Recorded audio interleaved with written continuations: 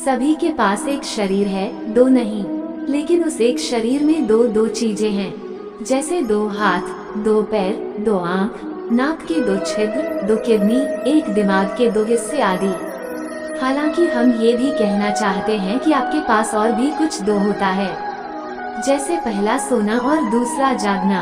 इस सोने और जागने के बीच भी दो बातें घटित होती हैं, पहला स्वप्न देखना और दूसरा सुषुप्ति अर्थात गहरी नींद में सो जाना।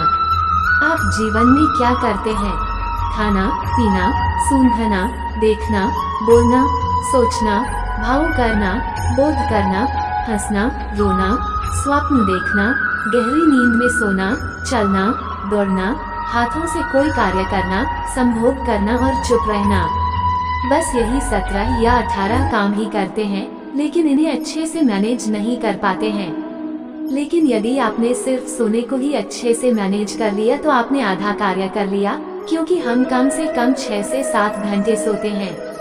तो ये जानना जरूरी है कि सोने से पहले क्या करना चाहिए, क्योंकि इसी पर हमारा भविष्य टिका हुआ है। जिस बिस्तर पर हम 6 से 7 घंटे रहते हैं, यदि वो हमारी मनमर्जी का है तो शरीर के सारे संताप मिट जाते हैं, दिन भर की थकान उतर जाएगी।